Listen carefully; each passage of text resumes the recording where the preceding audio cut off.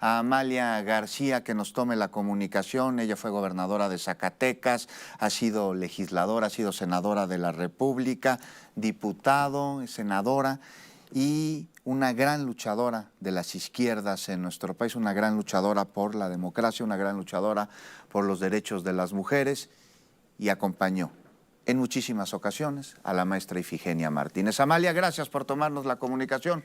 Muy buenos días y bueno, pues un abrazo solidario, nuestro pésame por esta irreparable pérdida por la muerte de la maestra Ifigenia Martínez.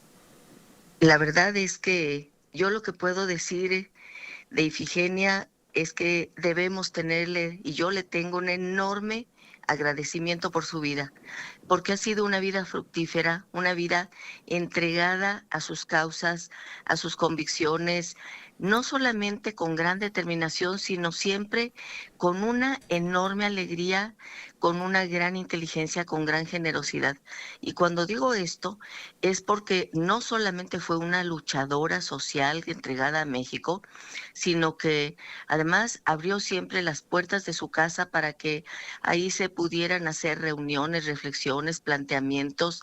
Siempre además estuvo solidaria, acompañando, y la inteligencia de Ifigenia y su capacidad fueron un elemento sustancial.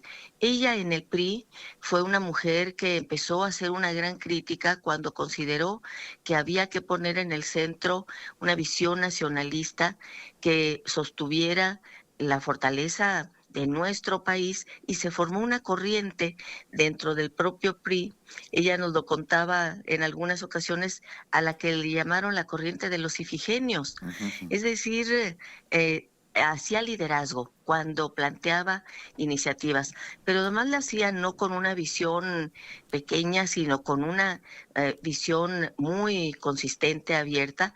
Fue la primera mujer que obtuvo una maestría y luego un doctorado en Harvard, la primera mujer mexicana, me refiero a eso, y no es un asunto sencillo. Ahora lo podemos decir porque se han abierto las puertas, pero ella fue de las que abrieron las puertas.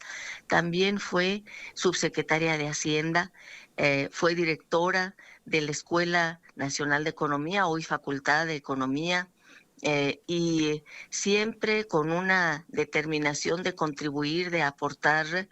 Tuvo alumnos como maestra dando clases en economía en la Universidad Nacional Autónoma de México, de todos los colores y sabores, y yo diría muchos de los dirigentes de izquierda en nuestro país de una generación fueron sus alumnos, pero también figuras que no eran de izquierda. Hablo de la izquierda de Pablo Gómez, por ejemplo, que fue su alumno, pero hablo de otros como Carlos Salinas de Gortari, que también fue Sí. su alumno, y formó generaciones con su pensamiento, siempre con gran optimismo, con alegría.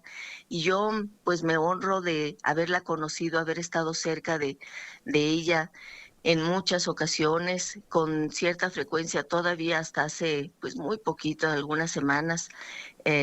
Estuvimos en su casa, íbamos a su casa amigas a visitarla, a desayunar con ella o a tomar un café, y siempre nos recibía con un amor por la vida, una prestancia, una elegancia. Y luego, ahora que fue la toma de posesión de la primer mujer presidenta, Sí. yo veía en las redes que hubo algunas opiniones favorables, muy echadas para adelante, diciendo qué bueno que estuvo Ifigenia, y algunas otras que no coincidían con esa visión. Yo fui de las que dijo que fue formidable que estuviera porque fue simbólico ese día.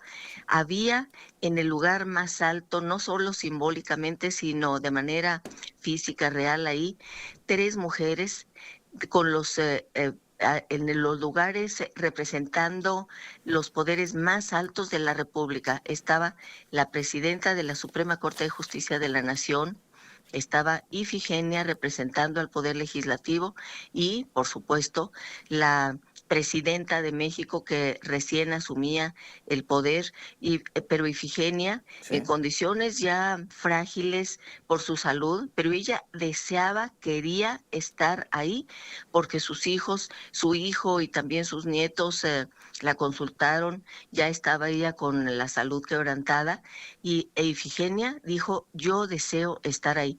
Eso era una muestra de su fortaleza y también de claro. que era una mujer política, era una mujer pública, era una mujer del país, era una mujer de Estado. Y por eso ella decía, es mi lugar y quiero estar ahí. No solo, no solo pudo ver cómo una mujer es presidenta de nuestra nación, sino que ella le colocó la banda presidencial.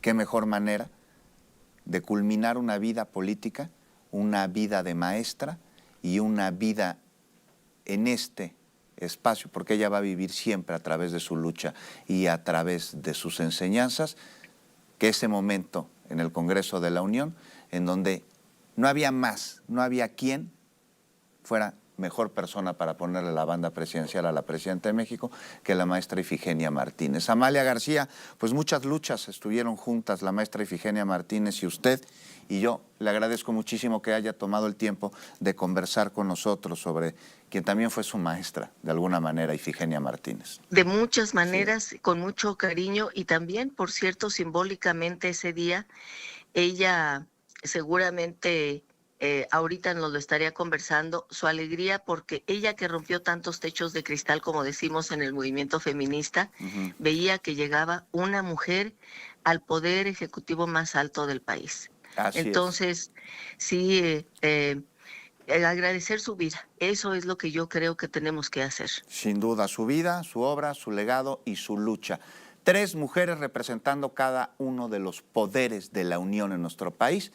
Ahí Ifigenia Martínez, representando uno de ellos, el legislativo, pero representando la lucha, la suya y la de todas sus compañeras para que esto pudiera suceder. Muchísimas gracias, Amalia. Así es. Al contrario, a ustedes, Excelente domingo. igualmente.